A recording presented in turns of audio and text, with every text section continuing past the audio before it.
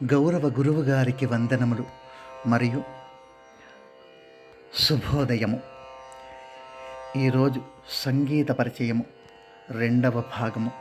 ముందుగా ఈ శ్లోకముతో ప్రారంభిద్దాం. శిశుర్వేత్తి పశుర్వేత్తి వేత్తి గానరసం ఫణి.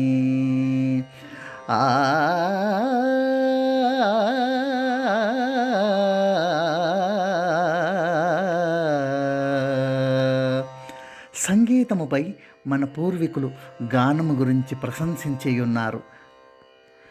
శ్లోకము యొక్క భావం ఏమిటంటే, చంటి బిడ్డకు, ఆవుదూడకు, నాగుపాముకు పాటంటే గొప్ప ఆనందము. నిజముగా శిశువు ఏమీ ఎరుగని మానవ స్వరూపము. ఆవు పశువులలో సాధువు. నాగుపాము విషము గలదైనను ప్రాకుడు జంతువులలో ముఖ్యమైనది.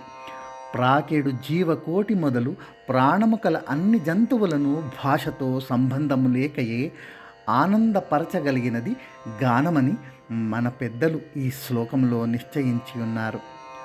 గానమునకును ప్రాణమునకును ఎంత సంబంధమున్నదో దీనివల్ల తెలియచున్నది.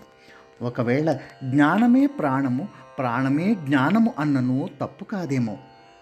ఇంగ్లీష్ వాడు ప్రాణమును గురించి మాట్లాడునప్పుడు దాని ఆనంద స్వరూపాన్ని చెప్పవలసిన ఎడల ద రిథమ్ ఆఫ్ లైఫ్ అని ప్రాణములో లయ ఉన్నదని వర్ణించి ఉన్నాడు. నిజముగా లయ కుదరని ప్రాణము వ్యర్థమనిపించును. ఈరోజు మొదటి జంట స్వరము 3 కాలములలో. రాగము మాయామాళవ గౌళ రాగము.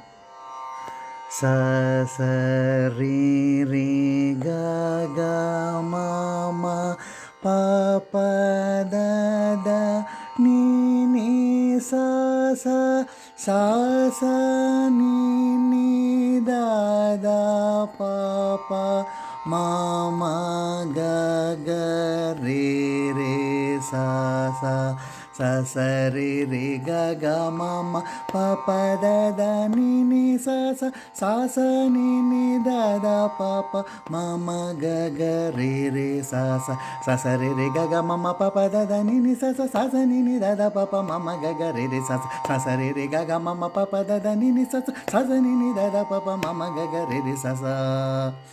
వింటున్న ఎందరో మహానుభావులందరికీ వందనములు.